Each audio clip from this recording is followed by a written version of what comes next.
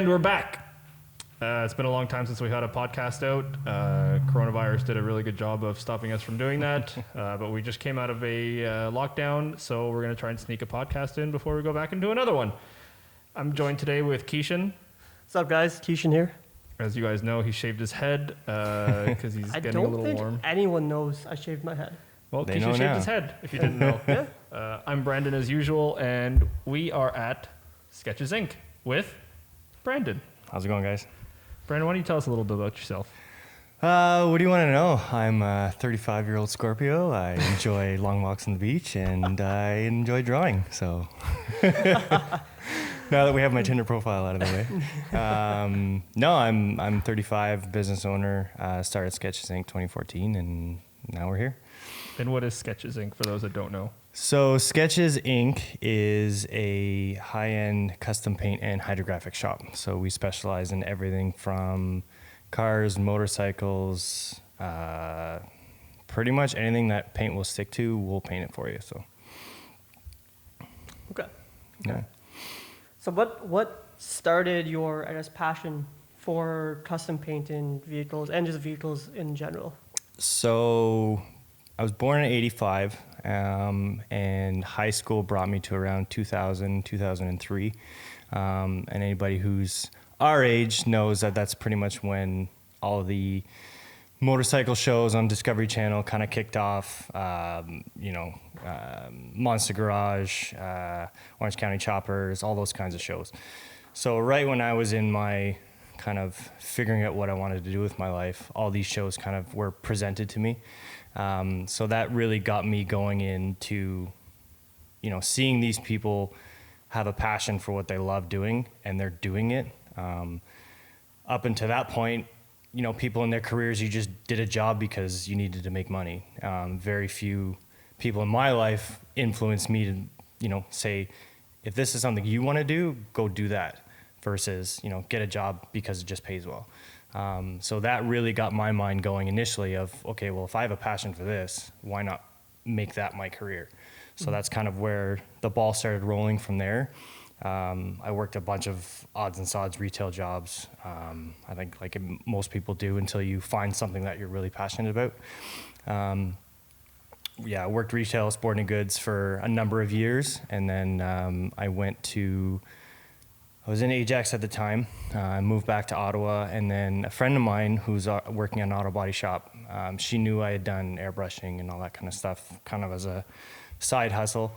And she asked if I wanted to kind of pursue that career a little bit. And obviously that was awesome for me because I have all this talent and passion. Here's someone who's, kind of presenting me with an opportunity. So I started there, worked there for about 3 years, under another business. And then I went to a car show in Oshawa. I'm trying to remember the name of it. And yeah, I saw this guy who was doing hydrographics. I didn't know what it was at the time.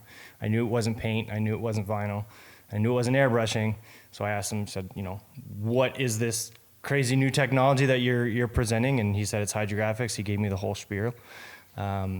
And initially I wanted to go back to my current boss and say, this is something we really need to do. This is like revolutionary. There's so many different applications.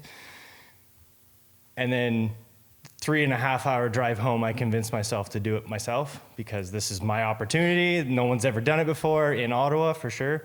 And then from there, it just kind of snowballed. Took me 6 months to write my business plan, and yeah, leap of faith, I guess.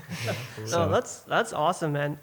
Is hydrographics the thing where you have a tub of water and then the graphic is laid on top and you dip it? Yes. Yeah, exactly. So hydrographics is essentially, it's called water transfer printing. Okay. So what it is you have a large tank. Ours is 4 feet by 10 feet. And what it is it's just filled with regular water. There's heating elements. You bring it up to a specific temperature. And the films that you see is essentially a water-soluble film. So you use the surface tension of the water, you roll out the film, and then you let the film hydrate for about a minute. And then after that, what you do is you spray an activator. And what the activator does is it dissolves the film, which is essentially just a carrier for the ink. And then as you're dipping your part, the activator is actually softening the paint that's on the part that you're dipping.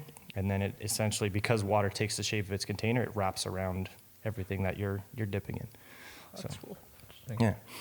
So that would be like a pretty good alternative to wrapping for like interior parts, or is this something that you could do on a larger scale? So we've done, the biggest project that we've done is the inside of a 737 executive jet. So, Wait, what? yeah. Yeah, you're gonna have to go into detail about that. Yeah, what is? So it's exactly how it sounds. We had a project for Boeing that we did. It took us over a year to do it. And essentially what it is all the panels that you see in the executive jets, they look like wood grain, mahogany, all kinds of different exotic woods. Wood's heavy.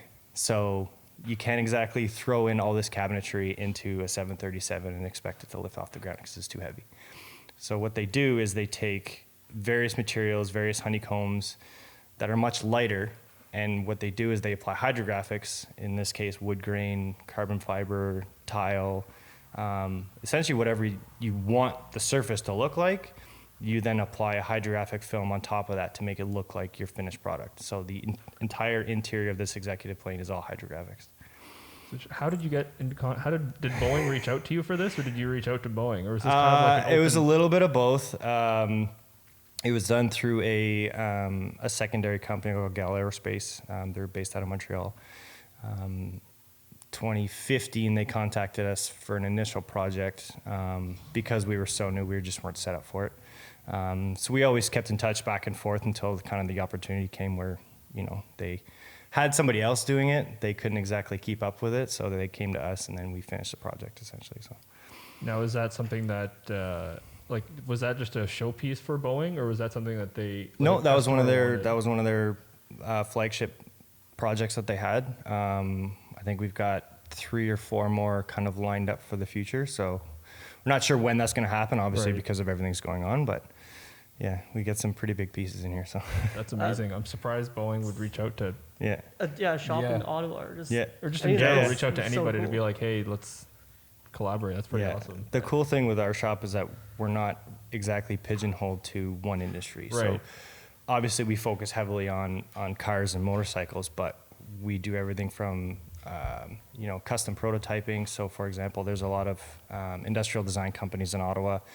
They'll develop, say A and B company comes and I have a prototype of, a jug, except a lot of the production for prototypes at least are all 3D printed, and generally it's SLA, it's PLA, it's all kinds of different plastics.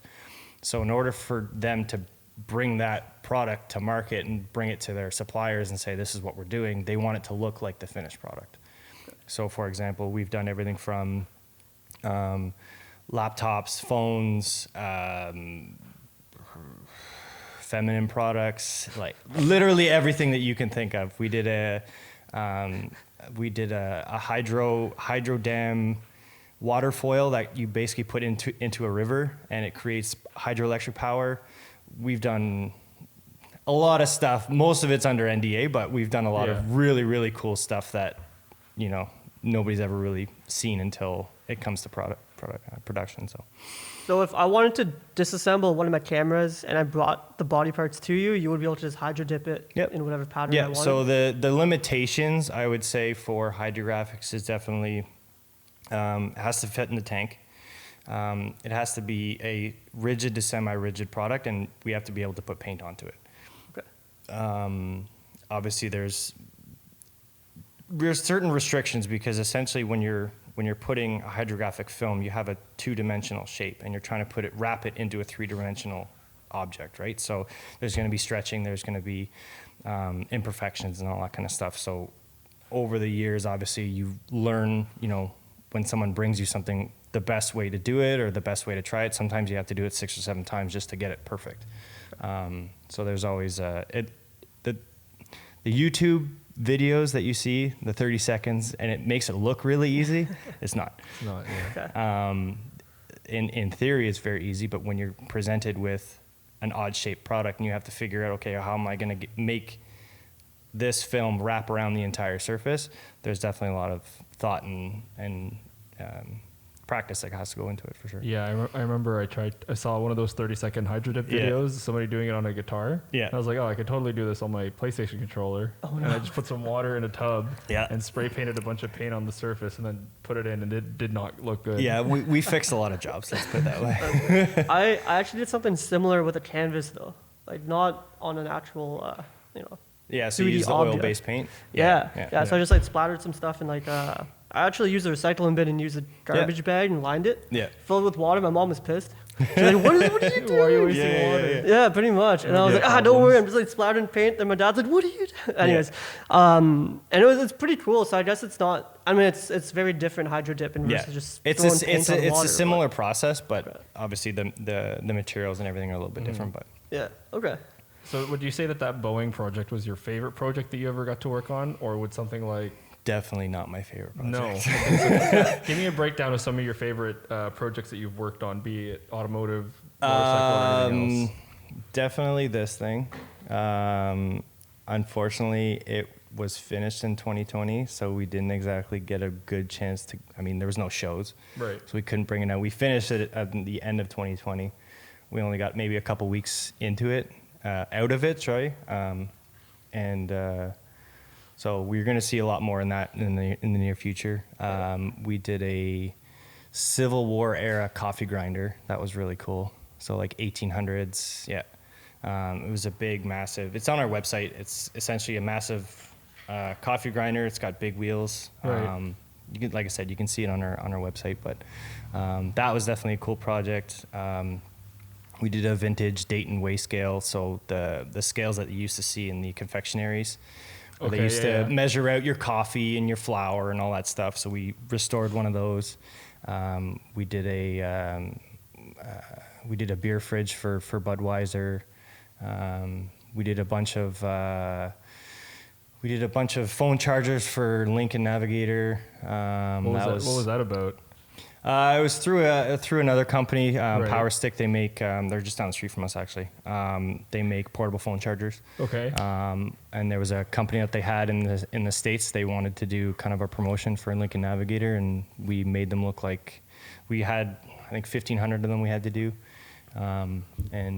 Originally the reason why they came to us is because originally they wanted to do it out of actual aluminum, like brushed aluminum. Right. But it was just too cost prohibitive, so they made it everything out of SLA plastic, and then we dipped it to make it look like aluminum. Okay, so they brought you like the cases? Yep. Yeah, okay. they brought us basically the external pieces of it, Right. and what else? We've done so many weird things. We did ghost tiger stripes on an orange Corvette. Trying to think of like What are ghost tiger stripes? exactly what it sounds like. So essentially, ghosting is you guys seen like call it gasoline paint. So it's like hypershift. So it changes Okay, from like blue to red to orange. Yeah. So we have a process where we can essentially have certain colors only show up in certain light. Oh, okay. So, for example, the Subaru that's behind you, in certain light, it just looks black. Mm-hmm. You take it outside, it's like a really dark plum color. So there's different ways and it all depends on how you apply the paint and what you put in it and the different levels of paint that you put on. But essentially, from certain angles, the car just looks straight orange. Right. And then in certain lights, when it reflects off the fender, you see the actual tiger stripes of the design that we put on. So that was an interesting project. Yeah, we do a lot of weird, cool stuff.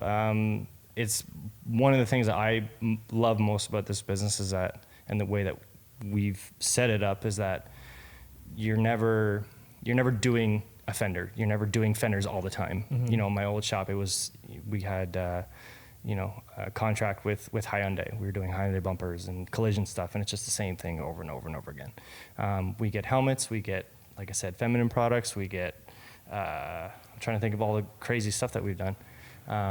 Just a lot of random stuff that comes in, and Right. it just keeps the days interesting and keeps the projects, fresh. Mm-hmm. And so. Okay. So you just in the audio world of the podcast, those Yep. who aren't really watching the video, earlier you said this is one of my best, coolest projects, Yeah. and that was the Toyota Tundra, right? Yeah. The what? It's a Pro Runner. They call it the pre-runners. So Pre-runner. essentially, you have trophy trucks, which are your race trucks, and then your pre-runners. What a pre-runner is essentially when you're doing any type of Baja type style of race. It's essentially a practice truck. So a pre-runner. So, for example, the Baja 1000. You have your trophy truck. It's race ready. It's 24 inches, 36 inches of travel. You can go 150 miles an hour on 4-foot whoops and it'll just skip across. A pre-runner is kind of like a luxury toned down version of a pre-runner or of a Baja truck. Right. So it has a full interior. It's got sat nav. It's got pretty much all the comforts. It's got all the communications. It's just, you're not going at full race speed. So essentially you're doing a pre-run of the course to get a sense of where things are, where tricky turns are, blind corners, all that kind of stuff. So that's the purpose of a pre-runner. And this is essentially a street legal version of a pre-runner. I know like you have some videos of you guys going off of jumps and doing some really crazy shit essentially with it. Yeah. Do you have any like cool stories of that kind of crazy? We broke it a lot. Oh no, I don't doubt it. First thing that essentially broke on it, I guess, was the rear support bracket for the rear shocks. That snapped right off. We had our caliper bolts. One of the caliper bolts fell out. We only had one in there. Thank God it stayed in. We ended up finding it later. Snapped off the front fender, bottom of the front fender. We took that right off pretty much first day. We got it stuck on top of a mini mountain. I hot-footed it a little bit too much and kind of bottomed it out. So took a buddy of mine to drag us out. But this year coming, we have a lot more modifications to do on it. Right now it's just a stock motor, 4.7 liter V8, and we're going to be putting twin turbos on it, so it's going to have over 800. Holy shit! So yeah, this thing's gonna fly. It flies already, but yeah, Has it had the frame recall done? It hasn't. I tried. It was too late. It's a 2000, so by the time I got it, it was already past its frame recall. One of the things I want to do with it is just do a full frame off, do a full custom chassis.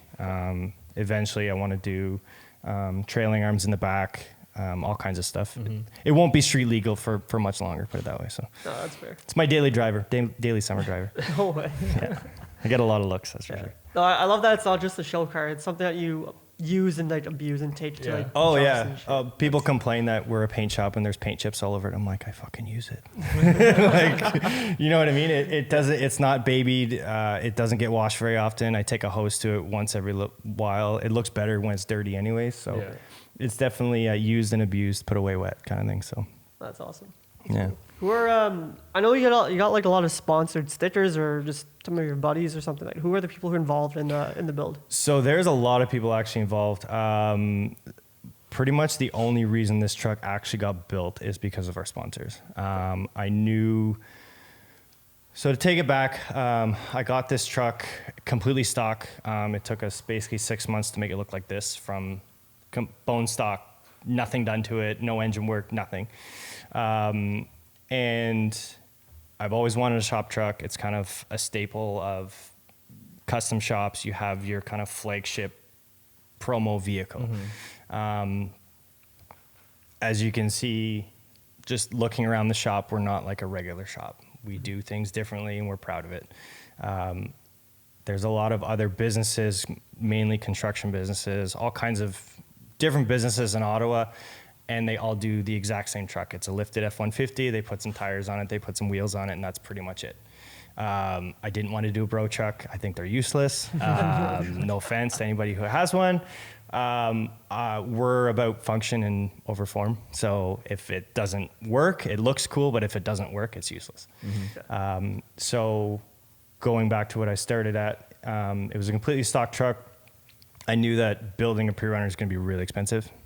So before we even did anything, we have our YouTube series, obviously Sketches Inc. TV. This was essentially a promo for the channel as well. And I basically started just emailing companies. I said, this is this is what we want the final truck to look like, which is essentially a tribute to Ivan Stewart, Ivan Ironman Stewart. He's one of the most winning Baja 1000 racers in that series. And it looks very similar to that. If you look it up online, you can basically put them next to each other and look really close. Okay. So I basically started sending emails to companies and say, this is what we want it to look like. We're going to promote it really heavily. Do you want to be involved? Slowly but surely, McNeil Racing, the body kit that's on it, they sent it to us, no questions asked. They're like, yep, we want to be involved. 5 Tyre Grappler G2 Nitto tires sent without question, Ultra wheels, hooked us up. Solo Motorsports, all the suspension, King shocks, front and rear. Corbo seats, we've got beautiful Corbo seats inside, Grant steering wheel. Better Motorsports did all of the fab work, front and rear bumpers, shock towers, full roll cage in the center. Who else? Tire Shack, they mounted our tires, balanced them. We have so many people that got involved. Just looking back, see if I forgot anybody. Kaufman Signs did all the deco work. We obviously did all the paint. So that's paint, that's not vinyl. Like that's all. So all the sponsors are vinyl. Okay. All the colors on the truck are paint. Okay. Obviously, as you can see, it's well worn, and we're proud of that. Right. Yeah. Obviously, being a truck like this, it's not a pavement pounder. It goes out, it gets dirty, it gets wrecked, it gets destroyed. We put it back together and take it out again. Right. So. That Cleopatra 7, is that the address here? Yeah, that's our address. Okay, Yeah, I was looking yeah. at that. That looks like it's here. Yeah, no, that's our address. We kind of snuck that in there a little bit. It's a nice little Easter egg. It looks cool. Mm-hmm. It's very clean. Now, would you say that's your favorite vehicle that you've ever owned? Oh, absolutely, for sure. What are some of the worst vehicles you've ever owned? Basically, give us a highlight reel of your vehicle history. A highlight reel of my vehicles. Okay, here we go. I had a single cab short box 92 S10, which I slammed 18s. It was my first truck, whatever you want to call it. After that, I had a 67 Chevy C10. Sold that because I was dumb and fell in love at a very young age. So both of those are gone. After that, I had a 1989 Oldsmobile 98. Okay. Which, if anybody can picture that car, you know exactly how awesome it is. I was 18 at the time, full air ride. The thing was like clouds on wheels. It was so good until I snapped the timing chain on side, and then once you do that, the car's junk. Yeah. What else did I have? I had a 93 Toyota Camry wagon. Wait, what? Camrys came wagons? Yeah. I did not know that. Oh, dude, it was maroon. It was Was the interior beige? It was beige. Of course, it was beige. as one does. It was an awesome car though. I used that thing to go snowboarding all the time. I had a power converter in the back, and I actually had. You guys have those hot cold coolers that you plug in? So it's AC, so you plug it in one way and it turns it into a refrigerator, and then you turn it the other way and it turns into like a hot box. No way. So I go to the hills, and if this thing would like cook my food, and I had a toaster oven in there. I had all kinds. Anyways, that's another story. Yeah. After that, what did I have? After that, I had a 2010 Camaro. I had another 71 C10. I had a 92 Nissan Sentra, which was awesome. I still regret not keeping that car, but I had to sell it. We had a Sentra years ago, and there was a floor.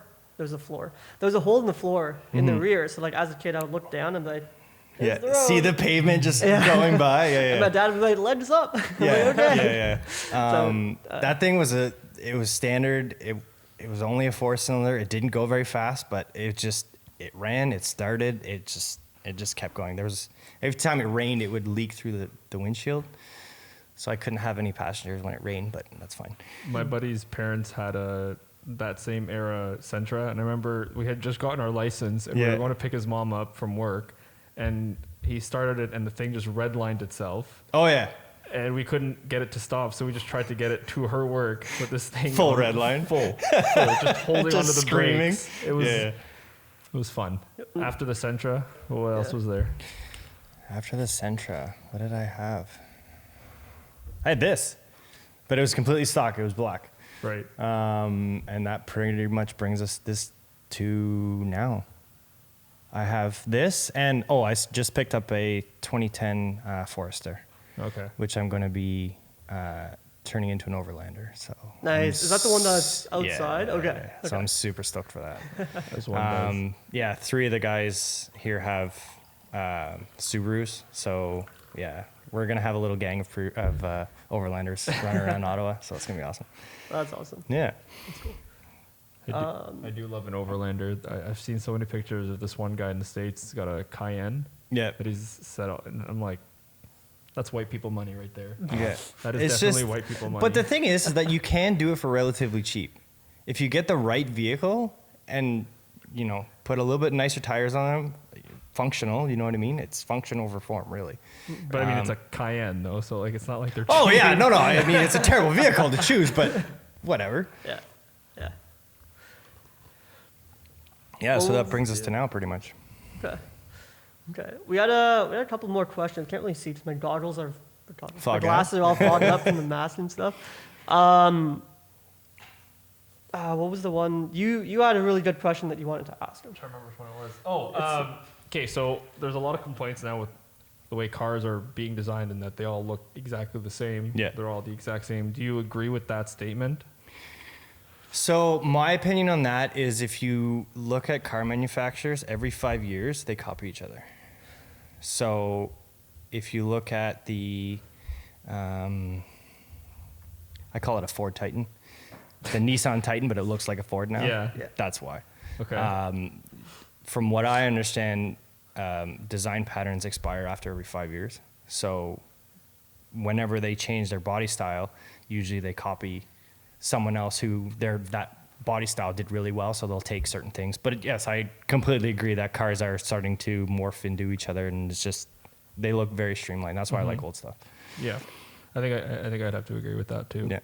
You can't go down a Costco parking lot line and not see 75 SUVs that look exactly the same. Yeah. The Escapes look like Porsche Macans now. Yeah. Or the is it the Escapes? But like the Ford. Yeah, no, Explorer I Escape. Yeah, I'm completely like, agree. Yeah. Yeah. It's weird. No, I mean, part of the reason why I like old stuff, like I got a 76 Shovelhead. This is a 2000 Tundra. They're simple. They're easy to work on. It doesn't look like you're opening the back of a computer when you open the hood. You know what I mean? It's okay. That's an alternator. That's your starter. Your headers are over here, and it doesn't look like the back of a PC. You know what I mean? You can work on it. You can do things to it. They're very simple. There's less to do with computers, less to do with automation, and even just taking cars apart. I remember when I was working retail, a friend of mine, she's like, "Can you change my light bulb?" And I was like, "Yeah, no problem." It was, what was it? Chevy Trailblazer or something like that. The newer version. I had to take the entire bumper off because you can't actually access behind it. I'm like, it doesn't make sense to me. Like, doesn't, no. you know what I mean? We had a 65 Galaxy in here. Like everything came off with 14 mil bolts, and there was like 4 of them. The whole fender came off. It's like, why aren't things like that anymore? But it's because the dealers want you to go back and they want you to spend money at the dealership, so they make them as complicated as possible. We do a lot of work for Audi, and one of the most difficult procedures that we do on an Audi from 2000 to 2012 Audi A4s, there are 16 bolts per fender, and I'm not shitting you, to take a fender off. The driver's side fender, there's the washer fluid reservoir inside between the fender rail and the outside of the fender. So you have to take that out before you can even take the fender off. But so it's like an hour and a half procedure just to take, I'm shit you not. And it's just like, they're just getting more and more complicated, and that's why I like old stuff. I feel bad for the kids, like 10 years from now, going to Kenny U-Pulls, grabbing like Audi parts and being like 3 hours deep and taking a fender off because they're fender's rolling their rusty. snap-on toolbox down, Yeah. I think the only time cars should be complicated is if they come out of a shed in Britain. That's the only time I think a car Absolutely. should be complicated. Yeah, and nothing fits probably. Yeah, exactly. Yeah, we have a Jaguar E-Type in here, and it's just like when the guy brought it in, or the hood section, I should say. And when he brought it in, and he's like, "Yeah, this is the nicest one that I could find," and it's just like there's gaps like 3/4 inch on one side and 1/4 inch on the other side, and you're like, "This is how they fit." They're like, "Oh yeah, this is a good one." I was like, what? British cars. Oh, Yeah. if I guess like just going like you're a bit old school Yeah. kind of guy. If time and money wasn't an object, what would be your like premier build? I don't think we have enough time for that. I have so many builds I want to do. Give us like a top 5 of cars that you want to own and build. Top 5, 51 Merc lead sled chop top. That was a lot of slip what's- slops and Yeah, top. so Holy a shit. 51 Merc, 2-door, chop top. Is that the one that guy Jared and Josh had that we had on the podcast? I think he has a Mercury. You'd know it to see it. If you know Gone in 60 Seconds, it's the one with the super low, had big flames on the side of it. Yes, yeah. Okay, I love that. Yeah. Same Okay. as that guy in the States. Yeah. So He has one of a- those, I would definitely get another C10 pickup. I would have a Willys Jeep slammed. I do love a Slam Jeep. Yeah. Yeah. It just looks so like weird. Yes. I would have a 1937 Ford pickup, just because of the massive fenders. And, Yeah. I would have a 71 Lincoln. Yeah, like I said, I think we should stop there, because if I just kept going, that's all I would talk about. So clearly, like shows like Pimp My Ride never interested you the same way maybe West Coast Customs did. So I like stuff that is Functional. functional. I don't like doing stuff just to do it. Yeah. No TVs underneath, so you can watch. I mean, you could TV trash while talk Pimp My Ride. It's not a doing thing an oil anymore. change. Yeah, that's true. That's true. Yeah, I guess for me, I'm more of a clean lines, functional. I like things as simple as possible. If something's too complicated and it can be simplified, like that's what we're gonna do. Yeah, I just like super clean lines, something that's kind of timeless. If you start throwing TVs and donks and all kinds of shit in there, it's just like, okay, like a year and a half, that's passe now, right? Mhm. You know, you see a 32 Ford that's got suicide doors, and it's, you know, click doors that come in, that open. The interior is super clean. Like you could look at that from 1932 when it was made or now, and it's still cool, right? So, and same with our paint jobs. Like whenever we have people who come in asking for the craziest stuff, and the first thing I always ask them is that, is this a forever project? Is this something that you're going to keep forever? And if their answer out of their mouth isn't yes, absolutely, I'm never getting rid of it, then I'll do whatever the hell you want, because it's not exchanging hands anymore. Whereas if someone has a bike and they're like, yeah, I want my name on it, I want my daughter's initials, I want this and I want that, and I'm like, well, are you going to get another bike in 2 years? Like, yeah. I'm like, okay, well, the more you customize something, the harder it is to sell later. Yeah. So whenever we're doing paint jobs, we always have that in our mind of, okay, well, is this going to be timeless now? Is it going to be passe in a year and a half? Or is it going to, you know, is it still going to look good and be current in 3, 5, 6, 7 years? Okay. So, No, that's good. Like you kind of guide the customers and clients, like yeah. don't do that because that's just going to be stupid. I mean, Like, we're it's pretty good. open when it comes to telling customers that their idea doesn't really make sense. Obviously, we're not going to insult them, but at the same time, the last thing we want is for them to go to a show, they'd be super proud of it, and then all their friends are like, well, why did you do that? That looks ridiculous. And now, you know what I mean? So Yeah. we want to make sure that the customer always has a good experience, regardless of whether it's next year, 6 months from now, whatever it is. Okay. So. Then, based off what you just said, what trend would you want to come back for the car scene? Talking underglow, Altezza taillights. Just all of it now. To come back, I want people to appreciate craftsmanship. That's what I want to come back.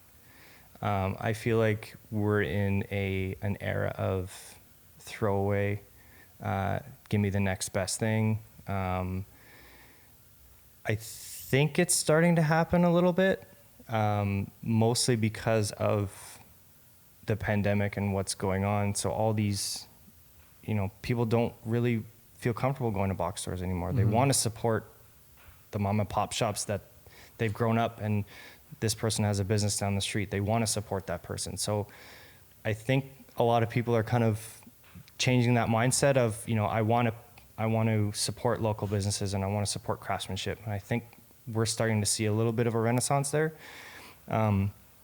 So if I could say anything as far as trends go, I would definitely want people to not spend the money so quickly. And if they really want something, save up your money and do it properly. Yeah. And we turn away customers all the time. They're like, I want this, but I really want to do this, but I only have the budget for this. And I could take their money, I could make money hand over fist, but that's not who I am. I'd rather say, you know what? I also would rather do this because it's going to be so much better. It's going to look better. It's going to last longer. Save your money. When you're ready to do this properly and only do it once, come back and see me. And I think that kind of people aren't used to hearing that. People aren't used to hearing like, no, save your money. Come back when you're ready. And I think that's kind of where we differ from a lot of other businesses, where we would rather say no than have you regret it later. Right? That's pretty cool. I just had a question. What was I going to say? So I know you're kind of into guiding clients and telling them save your money and just wait the extra year till I get it done properly.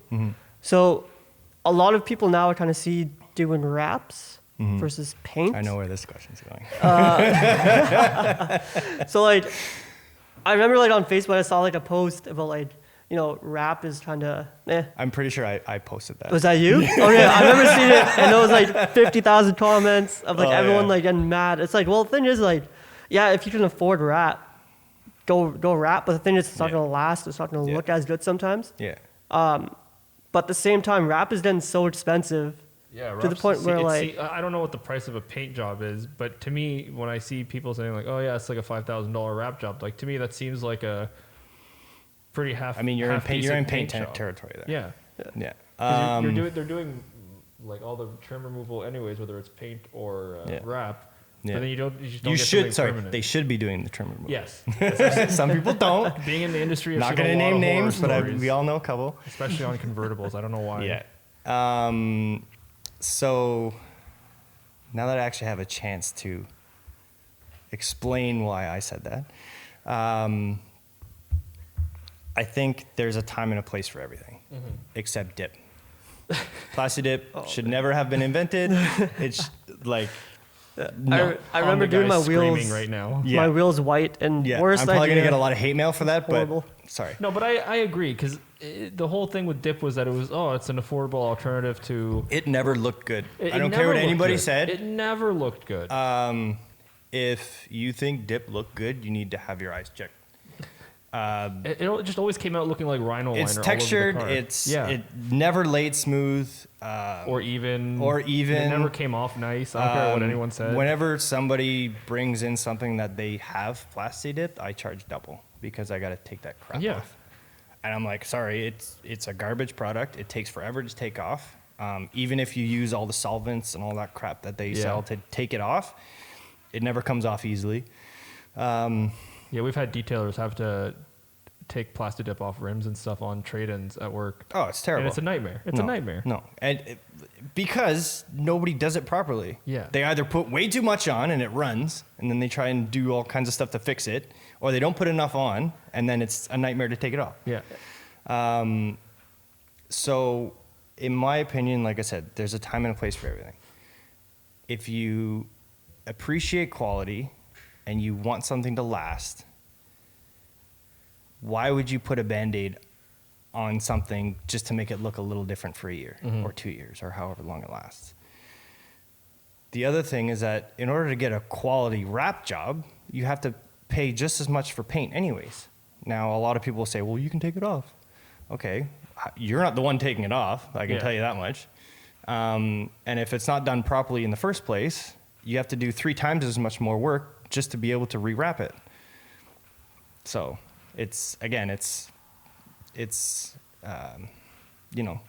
there's a time and a place for everything. My professional opinion, or my personal opinion, I should say, is that quality work is always quality work. If you have to pay to play. So if you want a really good wrap job, you're going to have to pay for it. If you want a really good paint job, you're going to have to pay for it. We always know people who are willing to do it for cheaper, and you get what you pay for. Yeah, so I agree.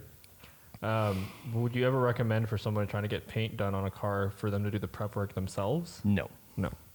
They can. We just won't paint it for you. And I know that sounds very boisterous, but our biggest thing is quality. Right. So put it this way. You can be the best painter in the world. You can mix your paint correctly. You can use all the best high-end products. If your prep work isn't just as good, I don't care how good of a painter you are, it's going to look like shit. If you're wanting to do the prep work to save money, save your money and then pay a professional to do it end to end, because the finished product is going to be much better. There's all kinds of shops out there who will let you do the prep work and they just want to make a buck and they don't care what it looks like. We fixed a lot of jobs from people who thought that was a good idea. And it ends up costing you more in the end. So why not just get it done right the first time? Right. That's honestly, it makes a lot of sense. It does. Because there are a lot of people that I kind of see on Instagram, for example, or Facebook. Yeah. They kind of jump on the social media trend to do something as fast as possible, just get the picture and just send it out. Clout chasers. Yeah. Clout chasers. Yeah. And it's refreshing to see, I guess, people like you being like, no, don't do that. Yeah. You should, wait 2, 3, 4 months or whatever, maybe 2 years to get it done properly. It's done. You did it the way you want it to look. Yeah. And you don't have to redo it every couple of months, being like, I screwed this up. Or I bought the part that I didn't really want, but I just wanted the part to, There's too many finance rat places out there that shouldn't exist. You know what I mean? When I first started, I knew where I wanted to go. I knew where I wanted to take my business, and I knew what type of projects and what type of clientele that I wanted. So opening night, we had probably about 1,400 people here. We have a massive parking lot out front, and it was full. And it was full within a half an hour. And the days and weeks following our grand opening, we had every Tom, Dick, and Harry coming to us and be like, "Hey, can you paint my Civic? I'll pay $1,500, da da da da." I could have made money hand over fist.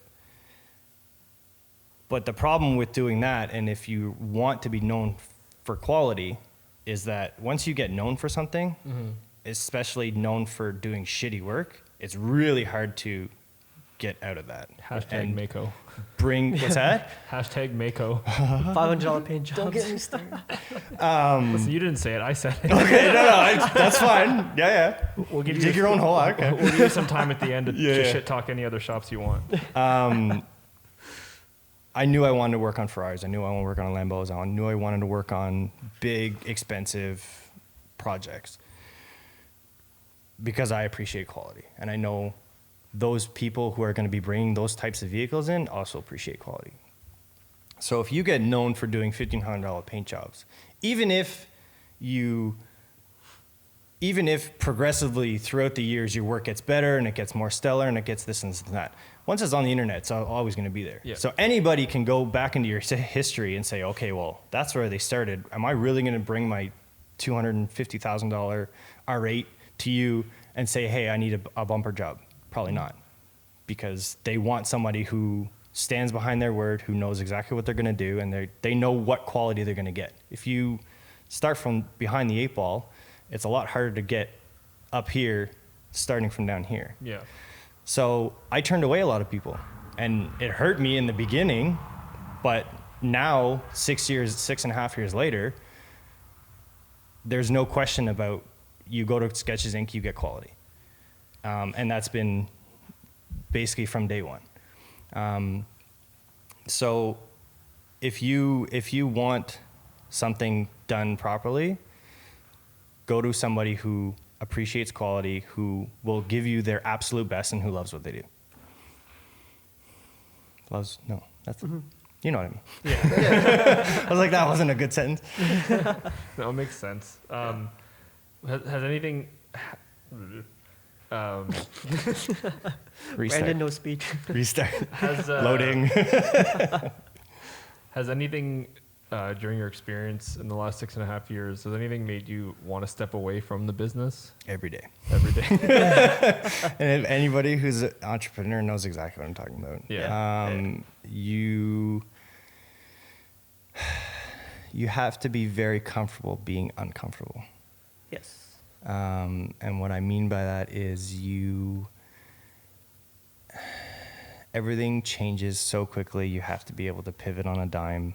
You have to make hard decisions quickly. You have to have very thick skin, especially when it comes to relatives and family, which should be the ones who are always pushing in the right direction. A lot of the times they're the ones who are holding you back. So you have to get really good at taking advice from the right people. It's definitely, I'm not gonna lie, I've gone home some nights and just cried myself to sleep because I'm like, why am I doing this? You know what I mean? I've spent 3 days here, never went home, never fell asleep, 37 hours straight because I had to make rent the next day. If you're not willing to do whatever it absolutely takes in order to hit your goals, depending on how high your goals are, obviously, it's very hard to be an entrepreneur. It's really hard to be a self-motivator, especially when you're the only one doing it or one of a few people doing it. It's hard to expect your employees to stay with you at 3 a.m. and say, hey, we got to get this done. Like, well, fuck, why? You know what I mean? You got to be the one to push yourself out of bed at 4 a.m. to go finish a job so that you can pick up for 9 o'clock. You know what I mean? Like you really got to push yourself. So, yeah, man, I'm not gonna sugarcoat it. I want to quit every day. Not every day, but you know what I mean? It's hard. You get those days, you're like, am I what am I really getting out of this? Yeah. Obviously, this environment I set up in a way so that it encourages me to want to go to work.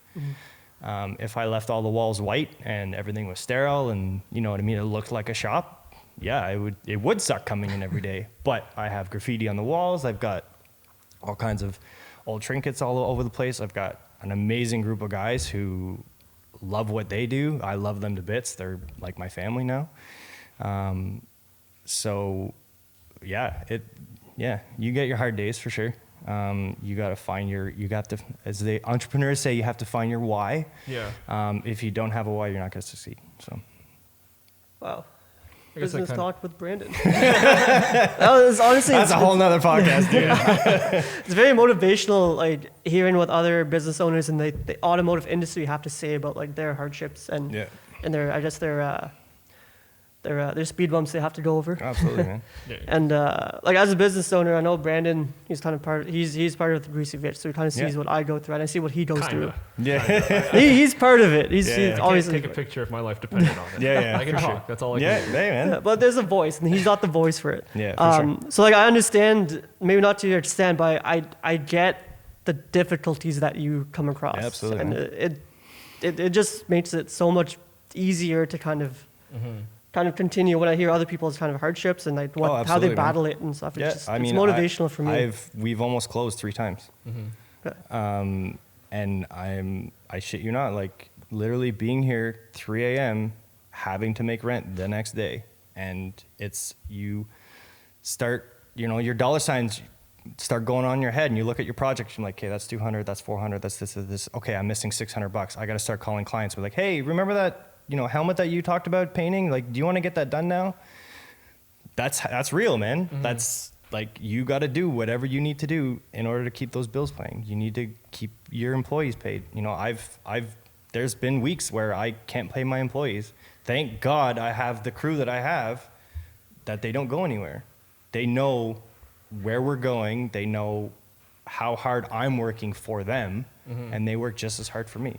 Yeah. So you have to be I mean, again, we're getting into business stuff here, but if you treat you should always treat your employees better than they treat you.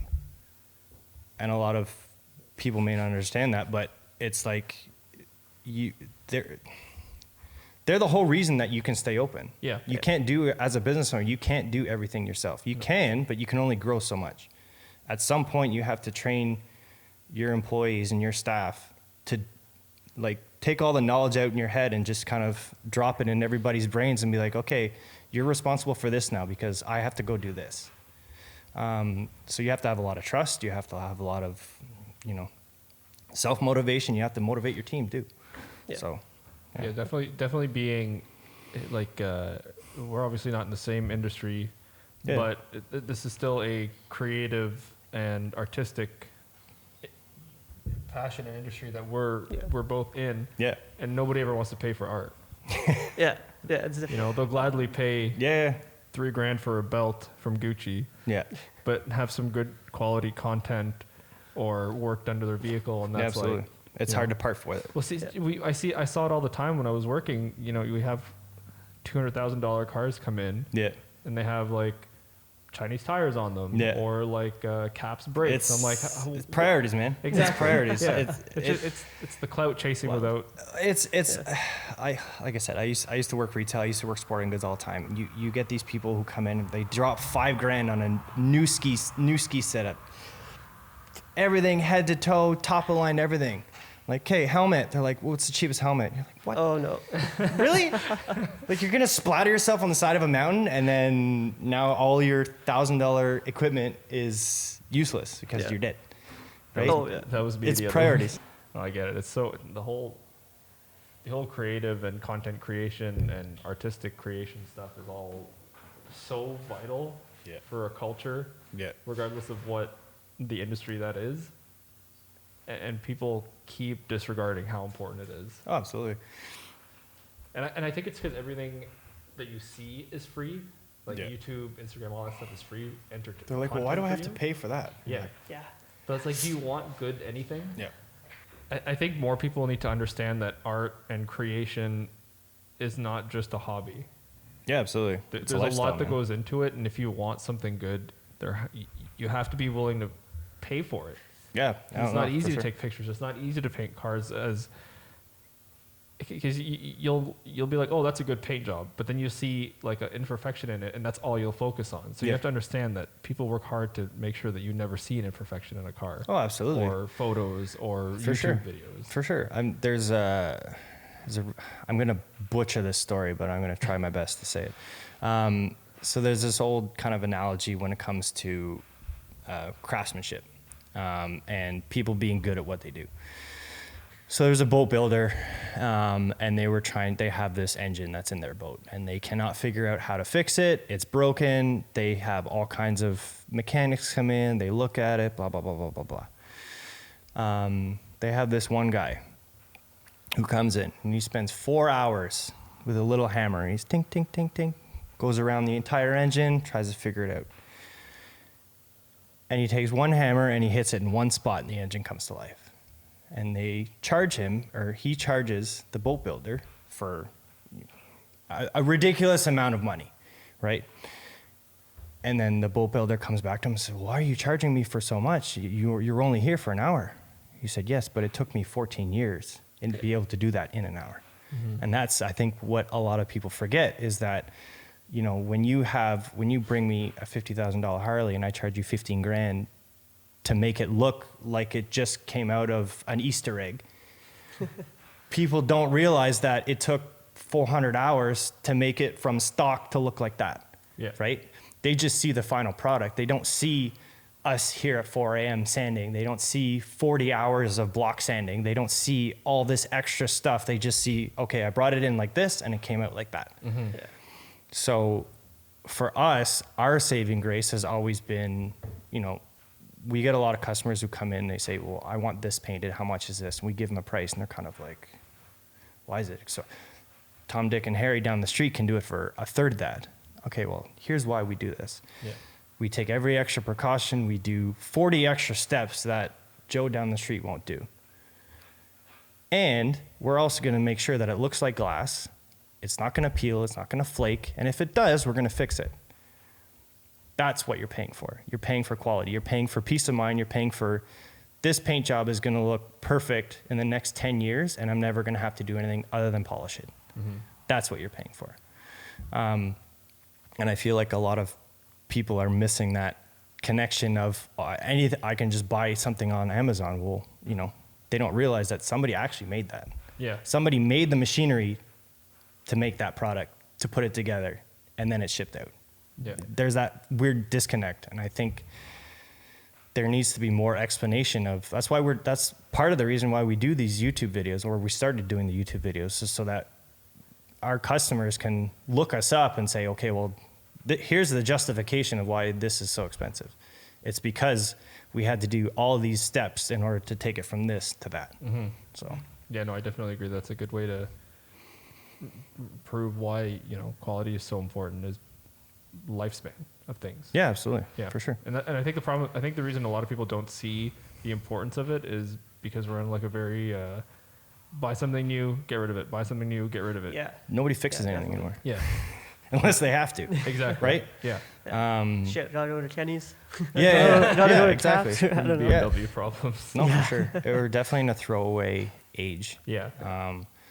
And I think that's, again, you know, when we talked about if I could make a trend last longer, it's people who appreciate quality. For sure. Definitely agree. Yeah. Like, now Brandon's probably going to say something about this, but I have a Miata. Okay.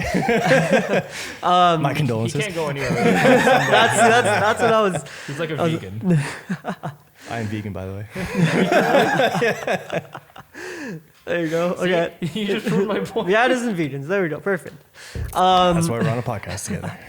And like one thing I was thinking of doing was spray bombing it Yeah. to make it, you know, because it's a budget car. I don't Yeah. want to spend too much money on it. Yeah. Do you think it's possible to spray bomb in your own household, in your garage, to make it look somewhat presentable and like maybe not sketches in quality, but like Yeah, no, absolutely. Before I had my own shop, I did everything with spray bomb. It took me a long fucking time and a lot of money because spray bombs only go so far. But you can, if you take your time and do things as, you know, a lot of people don't read labels anymore, but if you actually read labels, a lot of the times it comes out better than what you think it's going to come out. You know, you can make anything look good if you take enough time doing it. You know, everybody starts somewhere. I started at Rattle Can, so I'll never shit on Rattle Can. If you're trying to Rattle Can and make it look like that, yeah, I'll shit on you all day. But again, if you're starting out and you have a budget build, like we paint race cars and race bikes all the time. Obviously, we're not going to polish it. It's going to be a single stage paint. It's going to be one color, and that's what you're going to get because you're going to probably put it in the wall in 3 races. sometimes. Right? Yeah. I mean, we Yeah. hope not, but Or a cone or a cone or, you know, Yeah. a barrier or Yeah. whatever. So again, I mean, even with paint, there is a time and a place for everything. You know what I mean? Like the black around the wheel wells, that's bed liner. You know what I mean? We did that by hand. It looks good because we took our time masking it all off, but there are certain things that just, it doesn't make sense to spend a lot of money or time doing little things. If quality is what you want, pay for quality. If you want it to just be one color, grab a bunch of rattle cans and go for it. Yeah. You know what I mean? I started my airbrushing career in my dad's shed. You know what I mean? Everybody starts somewhere. So, yeah, absolutely go for it, man. Cool. No, it's just something that, like, I know there's a lot of budget builds going around in Ottawa, so Yeah. it's something I personally want to try to do and Yeah. tackle. I know there's a lot of other people who want to do it and people who have done it. Yeah, So absolutely. it's just kind of nice to hear from someone who is a professional in the industry to be like, yeah, it's possible. Oh, yeah. Obviously, the outcome won't be the same, but yeah. Everything's possible with enough time and money. Yeah, okay, that's fair. And sometimes it's one or the other. Yeah. But no, man. I mean, to give you an example, we did a food truck, and it didn't fit in the booth, so we had to make a booth. If you look behind you, there's kind of 2x4 archway. Oh, That archway extended all the way out here Wow. Okay. because it would not the food truck would not physically fit into the booth. So we Right. had to, I don't want to say it was a makeshift booth, but it was because we had to make it. Yeah. We used vapor barrier, we used tuck tape, we sealed the crap out of it, and it worked. It worked perfectly. It was a single stage paint. There was no dirt in it. You take the time to do things properly. You know what I mean? If you're gonna do your job at home, sweep the floor, wet it down, make sure you're not kicking up any dust. You know, have a good fan in there for circulation, and you can make stuff look really good. Like I said, the more time you take in the preparation process, the better your final product's going to be. So, you know, we did a food truck in there, and then we did 2 Teradyne vehicles in there too. $1 million cars. 2 what, sorry? Teradyne, What is Fast that? and Furious, Hobbs, his military vehicle that he drives down Mexico. Oh, yeah. Yeah. People in Ottawa have those? That's all I can say about that project Oh, because okay. we're Okay. under NDA, but we did do them, and you will see that YouTube video out soon. So yeah, Interesting. like I said, sometimes you just have to make stuff work, and it may not look pretty, but as long as your finished product looks good, who cares how you got there, Yeah. Okay. right? I want to ask more questions about those Teradynes you were talking about. Was this a private person, or was this for a... It was for a promotional company. We did 2 of them. It actually happened right as COVID started kicking off. Okay. So we finished those in March. They were delivered at night. They were picked up at night. Okay. So it was very very hush under hush. wraps. Yeah, I was yeah. gonna say, Wow. did they bring a trailer? But I don't know if you. they It really was have the an biggest enclosed trailer I've seen in my life. Oh, they did bring him in a Oh trailer? yeah, yeah. And we Wow. fit 2 of them in here. So if you guys want to look up the Teradyne LAPV, APV. Okay. yeah, Armored But personnel again- vehicle. yeah, that's all I can say. But like I said, we do have one massive episode coming out for that. Have those people released any info on those No. vehicles? Okay, so No. we won't even find it if we try. No, Okay. no, you Fair shouldn't at least. If you do, someone's in trouble. Shit. Fair Okay. enough. I want to know more about it though. I know. Yeah. Don't tease me. Yeah, no, we do a lot of cool stuff. Again, just we've done planes. We haven't done a helicopter yet. We've done a lot of remote control. We've done drones. Christ, all kinds of stuff. Cool. We have a lot. Anytime you come in here, there's always something weird and crazy that you're like, oh, I didn't know you could do that.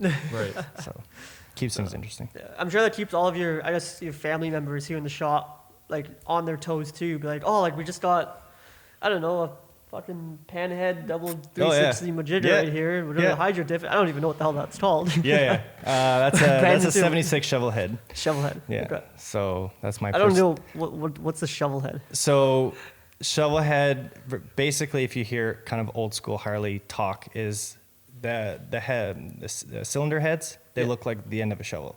Oh, okay. Panhead okay. looks like a pan. Okay. Knucklehead looks like knuckles. Okay. They were very original back then. Let me tell you. Okay, cool. Yeah, Do you learn have any something other new. questions?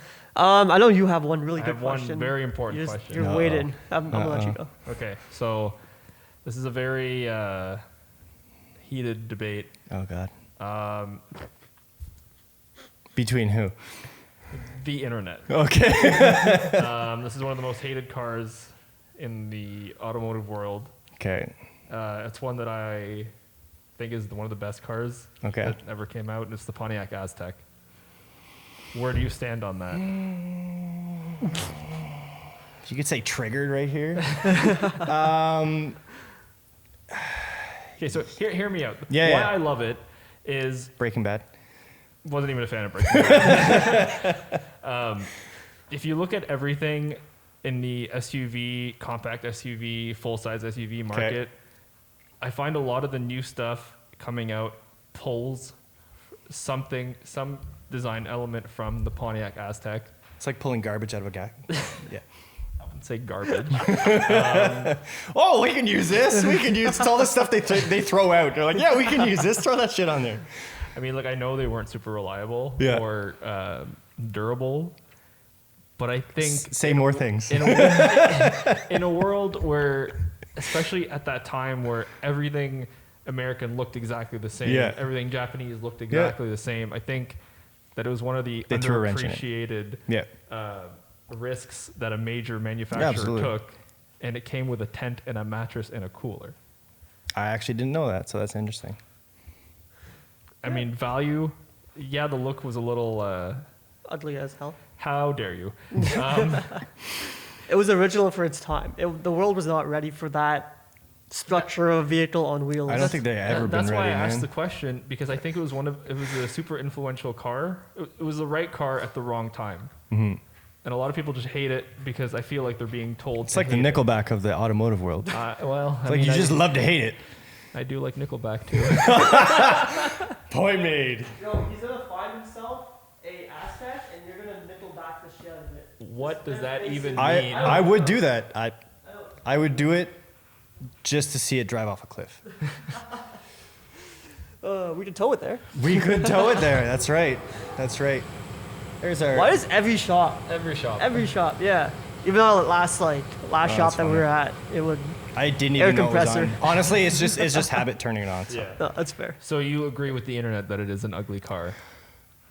I'll agree with you on the fact that they did take a huge risk and they lost. That as a business owner, I can't appreciate. Things are only mistakes if you don't learn from them. I don't want to say one of my sayings, but mistakes are essentially lessons that you haven't learned yet. Mm-hmm. So they never made it again. I mean, the Solstice, Solstice? that was questionable. It was kind of cool. You could do some cool stuff with it, but yeah, no, I can. As a business owner, I mean, you definitely take risks on certain things. You have to weigh the pros and the cons, and obviously, they thought it was a good idea. Unfortunately, they lost. The company went bankrupt, or they closed. Whatever happened. I don't know if it was because of a result of that. But I don't think so. But Yeah, it could have been. Who knows? I mean, I'd take Pontiac over Buick any day.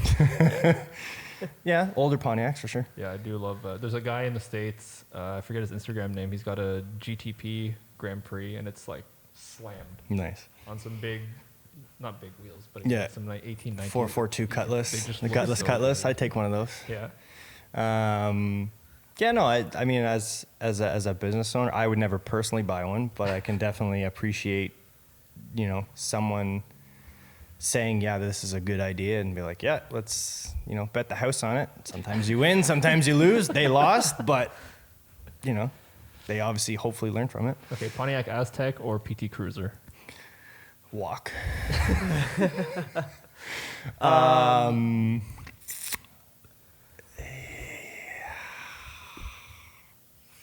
The Aztec's not looking too bad now, is it? I mean, they would both look good wrapped around a pole. Yeah. That's true. I would say PT Cruiser. I can't believe because it looks more old school, and I like old school. But it almost has a weird, like, old school trying to be retro. Oh, absolutely, new for school, sure. And it just looks like. Yeah, meh. absolutely. Like I said, I had a 2010 Camaro, and that one, as far as I'm concerned, is the newer gen Camaros look the best, and then Yeah. they just progressively just look like a sedan now. Yeah. But yeah, I definitely think they lost on that one. What about, like, Aztec versus, like, Cybertruck? that's not even But, like, the close. Cybertruck is, like, something that's. I think maybe when the Aztec came out, people were like, oh, what the hell is this? Looks kind of weird. I don't really like it. Cybertruck is kind of the same thing. It's not something we would normally see a manufacturer trying to come out with. It looks like the Cybertruck looks like a high school solar powered vehicle. It does. Yeah. Like if a high school student and they're like whatever shop class are like, we're gonna make a solar powered car, and that's what they came out with. Except it's not bulletproof. So Oh, yeah. He threw a rock or something at it and it shattered. he's a marketing genius, so I'm not gonna shit him on it too much. Like there was a reason for that, but whatever. Well, Yeah. So which one?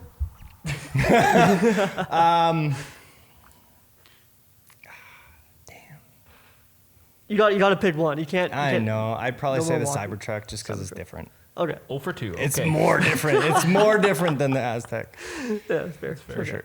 I just wanted to rub it in Brandon's face. Yeah. Yeah. Ask that this Everyone's a time. hater. Everyone's a hater. If you're gonna go radical, you might as well go all the way so far, like to the other end. So I definitely think Cybertruck's way over there.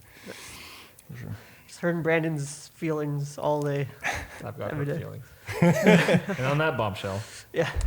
plug your socials. Where can people find you? How can they reach you? How can they get in contact, see your stuff? The best way to get in touch with us, we have a lot of different ways actually. Facebook, Sketches Inc., Sketches Inc. TV on YouTube. We have a lot of content coming out. We have about 6 episodes in the bag that we just have yet to edit.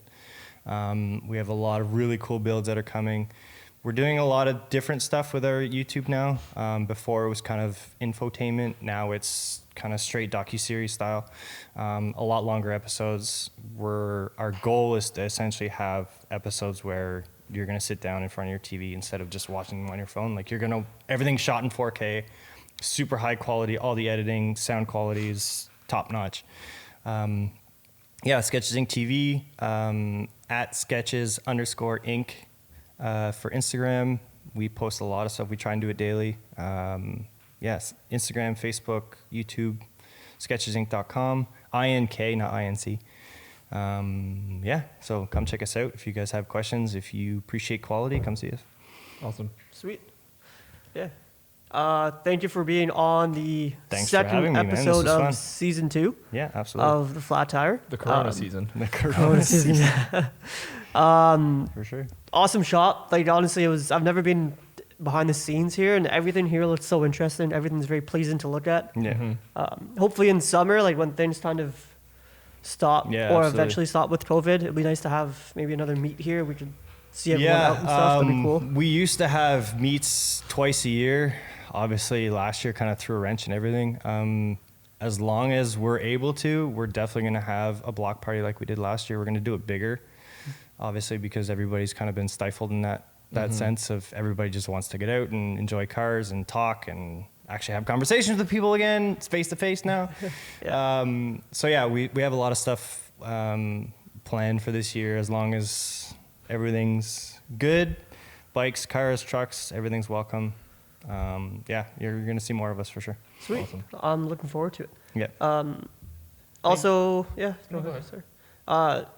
Usually at the end of the show, we have Ramsey say a dad joke. Okay.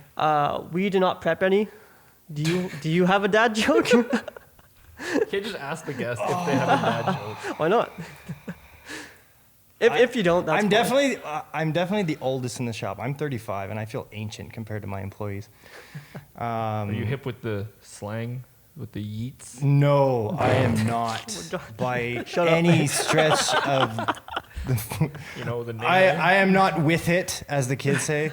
I feel terribly old. Aiden, one of our young guys, we were talking about actually kind of why I started the shop, and I mentioned Jesse James or West Coast Choppers. I'm hoping you guys know who that is. Oh, yeah. Anyways, he's like, "Who's Jesse James?" And I was like, I was like, I had to think for a second. I'm like, okay, he's 21. Like, Yeah. you know what I mean? Like, I have underwear longer than that. But I hope not. that's a dad joke. No, but I was baffled, and then I had to think about it for a second. I was like, no, he wasn't even. He was born in 90. No, how old? He was 2001. He was born. Yeah. 2001, and he would have been. I was in high school when he was born, so I kind of had to let him off the hook a little bit. I showed him who he was, and he's like, "Oh yeah, that's cool." But yeah, so I definitely feel like the oldest person in here. Dad jokes.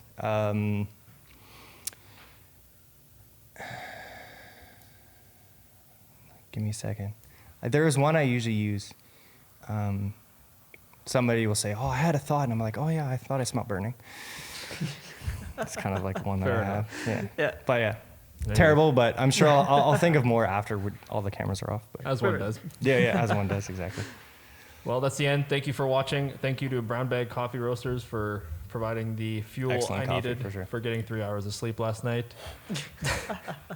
Thank you for watching, and we'll try and get another episode out when we can sneak one, and it's safe too. Yeah, absolutely. Thanks for having me, guys. Appreciate it. Please. See you guys. What the hell was that? I've never done that before. Bye.